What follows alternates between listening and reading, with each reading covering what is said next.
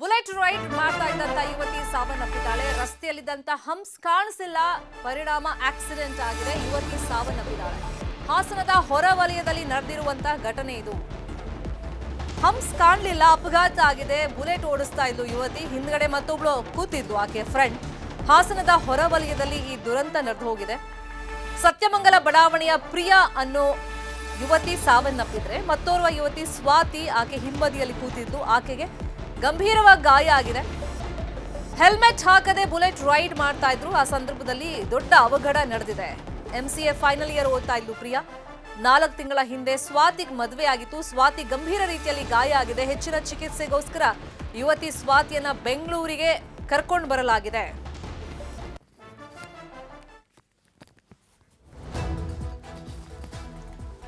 ದೃಶ್ಯದಲ್ಲಿ ಗಮನಿಸ್ತಾ ಇದ್ದೀವಲ್ಲ, ಇದೇ ರೋಡ್, ಇದೇ ಹಂಪ್ ಈ ದುರ್ಘಟನೆ ಕಾರಣ ಆಗಿರೋದು. ಮೋರೋವರ್ ಇವರು ಸೇಫ್ಟಿಗೆ ಅಂತೇಳಿ ಹೆಲ್ಮೆಟ್ ಕೂಡ ಹಾಕಿರಲಿಲ್ಲ. ಕೆಲವರಿಗೆ ಕ್ರೇಜ್ ಇರುತ್ತೆ, ಹುಡುಗಿರಿಗೂ ಕ್ರೇಜ್ ಇರುತ್ತೆ ಬುಲೆಟ್ ರೈಡ್ ಮಾಡುವಂಥದ್ದು. ಈಕೆಗೂ ಇತ್ತು. ಪ್ರಿಯಾ ಬುಲೆಟ್ ರೈಡ್ ಮಾಡ್ಕೊಂಡ್ ಬರ್ತಾ ಹಂಪ್ಸ್ ಗೊತ್ತಾಗಿಲ್ಲ ಆಕೆಗೆ. ಆ ಹಂಪ್ಸ್ ಎಗರಿಸಿದಂಥ ಪರಿಣಾಮ ಅಲ್ಲೇ ಬಿದ್ದಿದ್ದಾರೆ, ಸಾವನ್ನಪ್ಪಿದ್ದಾರೆ. ಇನ್ನು ಹಿಂಬದಿಯಲ್ಲಿ ಸ್ವಾತಿ ಕೂತಿದ್ರು, ಅವರಿಗೆ ಗಂಭೀರ ರೀತಿಯಲ್ಲಿ ಗಾಯ ಆಗಿದೆ. ಹೋಗ್ತಾ ಇದ್ದಾಗಿಂದ ಇವರು ಹೋಗ್ತಾ ಇರೋರು ಡ್ರೈವ್ ಮಾಡ್ತಾ ಇರೋರಿಗೆ ತುಂಬಾ ಸೀರಿಯಸ್ ಕಂಡೀಷನ್ ಅಲ್ಲಿ ಇದ್ದಾರೆ. ಹಿಂಭಾಗ ಕೂತಿದ್ರಲ್ಲ ಅವರು ಏನೋ ಅಚಾನಕ್ ಬ್ರೇಕ್ ಹೊಡೆದಾಗ ಏನೋ ಗೊತ್ತಿಲ್ಲ ಅದ್ರ ಮಾಹಿತಿ ಬಗ್ಗೆ. ಬ್ರೇಕ್ ಹೊಡೆದಾಗ ಅವರು ರೋಡಿಗೆ ಬಿದ್ದುಬಿಟ್ಟು ಏನು ತಲೆ ರೋಡಿಗೆ ಹೊಡೆದಿರೋದ್ರಿಂದ ಇವರಿಗೆ ಅಲ್ಲೇ ಸ್ಪಾಟಲ್ಲಿ ಇದಾಗಿದ್ದಾರೆ ಅಂತ, ತಲೆಗೆ ಏಟ್ ಬಿದ್ದಿರೋದ್ರಿಂದ. ಪ್ರಿಯಾ ಸರ್ ಅವರು ನಮ್ಮ ಸ್ನೇಹಿತರ ಮಗಳು. ಅವರು ನಮ್ಮ BSF ಅಲ್ಲಿ ಭಾರತೀಯ ಗಡಿ ಭದ್ರತಾ ಪಡೆಯಲ್ಲಿ ವರ್ಕ್ ಮಾಡ್ತಾ ಇದ್ದಾರೆ. 2 ಹೆಣ್ಮಕ್ಳು ಎಜುಕೇಶನ್ಗೋಸ್ಕರ ಇಲ್ಲೇ ಅವ್ರು ಮನೆ ಮಾಡ್ಕೊಂಡಿದ್ರು. ಅವರು ಆ ತಂದೆ ಆರ್ಮಿಯಲ್ಲೇ ಇದ್ರು. ಅವರಿಗೆ 2 ಮಕ್ಕಳು.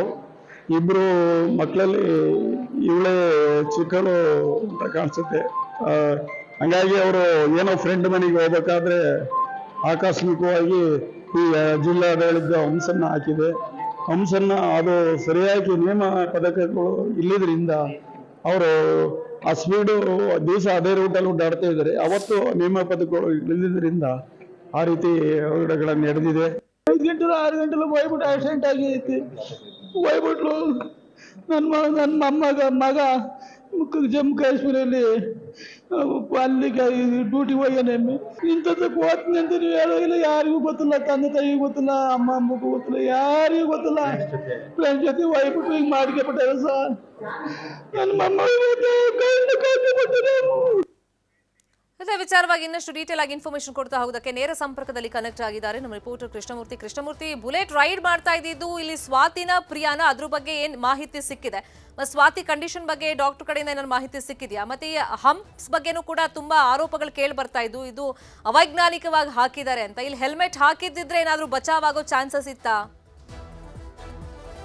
ಶ್ರೀಮಿತಾ, ಹಾಸನದ ಹೊರವಲಯದಲ್ಲಿ ಒಂದು ಘಟನೆ ನಡೆದಿರ್ತಕ್ಕಂಥದ್ದು. ಹಾಸನ ಗ್ರಾಮಾಂತರ ಪೊಲೀಸರು ಈ ಪ್ರಕರಣದ ತನಿಖೆಯನ್ನು ಕೂಡ ಶುರು ಮಾಡಿದ್ದಾರೆ. ಆದ್ರೆ ನಿನ್ನೆ ಸಂಜೆ 5:30 ಸುಮಾರಿಗೆ ಸ್ವಾತಿ ಮತ್ತು ಪ್ರಿಯಾ ಇಬ್ರು ಕೂಡ ಒಂದು ಬುಲೆಟ್ ಬೈಕ್ ನಲ್ಲಿ ಹಾಸನ ನಗರದಿಂದ ಹನುಮಂತಪುರ ಎಂಬಂತಹ ಗ್ರಾಮಕ್ಕೆ ಅವರ ಸಹೋದರಿ ಇರ್ತಕ್ಕಂಥ ಸ್ವಾತಿಯ ಸಹೋದರಿ ಅಲ್ಲಿ ವಾಸವಾಗಿರ್ತಾರೆ. ಅವರ ಮನೆಗೆ ಊಟ ಮಾಡ್ಲಿಕ್ಕೋಸ್ಕರವಾಗಿ ಸಂಜೆ 5:30 ಸಂದರ್ಭಕ್ಕೆ ಹಾಸನದಿಂದ ಹೊರಟಿರ್ತಾರೆ. ಆದ್ರೆ ಹಾಸನದ ಹೊರವಲಯದಲ್ಲಿ ಹೋಗುವ ಸಂದರ್ಭದಲ್ಲಿ ಹಂಸನ ಹಾರಿಸಿದ ಪರಿಣಾಮವಾಗಿ ಅವರಿಬ್ರು ಕೂಡ ರಸ್ತೆ ಮೇಲೆ ಬೀಳ್ತಾರೆ. ತಲೆಗೆ ಗಂಭೀರವಾಗಿ ಪ್ರಿಯಾಗೆ, ಹಿಂದೆ ಕೂತಿದ್ದಂತ ಪ್ರಿಯಾಗೆ ಗಂಭೀರವಾಗಿ ಗಾಯ ಆಗಿ ಅಲ್ಲೇ ಸ್ಥಳದಲ್ಲೇ ಆಕೆ ಮತ್ತೆ ಬೈಕನ್ನ ಓಡಿಸ್ತಿದ್ದಂತ ಸ್ವಾತಿ ಹಾಸನದಲ್ಲಿ ಚಿಕಿತ್ಸೆಯನ್ನ ಪಡ್ಕೊಂಡು ಈಗ ಅಲ್ಲಿಂದ ಗಂಭೀರ ಸ್ವರೂಪದ ಗಾಯಗಳಾಗಿರೋದ್ರಿಂದ ಬೆಂಗಳೂರಿಗೆ ಅವರನ್ನ ಶಿಫ್ಟ್ ಮಾಡಲಾಗಿದೆ. ಬೆಂಗಳೂರಲ್ಲೂ ಕೂಡ ಆಸ್ಪತ್ರೆಯಲ್ಲಿ ಆಕೆಗೆ ಚಿಕಿತ್ಸೆಯನ್ನು ಕೂಡ ನೀಡಲಾಗ್ತಿದೆ. ಹಂಸ ಏನ್ ಹಾಕಿದ್ದಾರೆ, ಹಂಸದಲ್ಲಿ ಫಲಕಗಳನ್ನ ಹಾಕ್ತಾ ಇರೋದು ಮತ್ತೆ ಹಂಸ್ ಗೋಚರ ಆಗದಿರೋದು ಇದಕ್ಕೆಲ್ಲ ಕಾರಣ ಎಂಬಂತ ಆಕ್ರೋಶವನ್ನ ಪ್ರಿಯಾ ಮತ್ತು ಸ್ವಾತಿ ಅವರ ಸಂಬಂಧಿಕರು ಹಾಸನದಲ್ಲಿ ವ್ಯಕ್ತಪಡಿಸಿದ್ದಾರೆ. ಆದ್ರೆ ಹಂಸ ಹಾಕಿದಂತ ಸಂದರ್ಭದಲ್ಲಿ ಯಾವುದೇ ರೀತಿಯಂತ ಗೋಚರಕ್ಕೆ ಕಾಣುವಂತ ಬಿಳಿ ಪಟ್ಟೆಗಳನ್ನಾಗಲಿ ಮತ್ತೆ ಅಲ್ಲಿರ್ತಕ್ಕಂಥ ನಾಮಫಲಕಗಳ ಇದ್ದಿದ್ರೆ ಈ ಘಟನೆ ಆಗ್ತಿರ್ಲಿಲ್ಲ ಎಂಬಂತ ಆಕ್ರೋಶವನ್ನು ಕೂಡ ಅವರ ಸಂಬಂಧಿಕರು ವ್ಯಕ್ತಪಡಿಸಿರ್ತಕ್ಕಂಥದ್ದು. ಪ್ರಿಯಾ ಈಗ ಪ್ರಿಯಾರವರ ಮರಣೋತ್ತರ ಪರೀಕ್ಷೆ ಹಾಸನದ ಹಿಮ್ಸ್ ಆಸ್ಪತ್ರೆಯಲ್ಲಿ ನಡೀತಾ ಇದ್ರೆ, ಈಗ ಸ್ವಾತಿ ಅವರ ಚಿಕಿತ್ಸೆ ಬೆಂಗಳೂರಿನಲ್ಲಿ ನಡೀತಾ ಇದೆ. ಒಟ್ಟಾರೆಯಾಗಿ ನಿನ್ನೆ ತನ್ನ ಸಹೋದರಿ ಮನೆಗೆ ಹೋದಂತಹ ಈ 2 ಹೆಣ್ಮಕ್ಳು ಈಗ ಒಬ್ಬರು ಪ್ರಾಣಕ್ಕೆ ಈಗ ಕುತ್ತು ಬಂದಿದ್ದು, ಹಂಸಿನ ಅವೈಜ್ಞಾನಿಕವಾಗಿ ಹಂಸನ ಹಾಕಿರೋದ್ರಿಂದ ಈ ಒಂದು ಘಟನೆ ನಡೆದಿದೆ ಎಂಬಂತ ಆಕ್ರೋಶವನ್ನು ಇಲ್ಲಿ ವ್ಯಕ್ತಪಡಿಸಿರ್ತಕ್ಕಂಥದ್ದು. ಫಾಲೋ ಅಪ್ ಮಾಡೋಣ ಸುದ್ದಿನ. Thank you Krishna.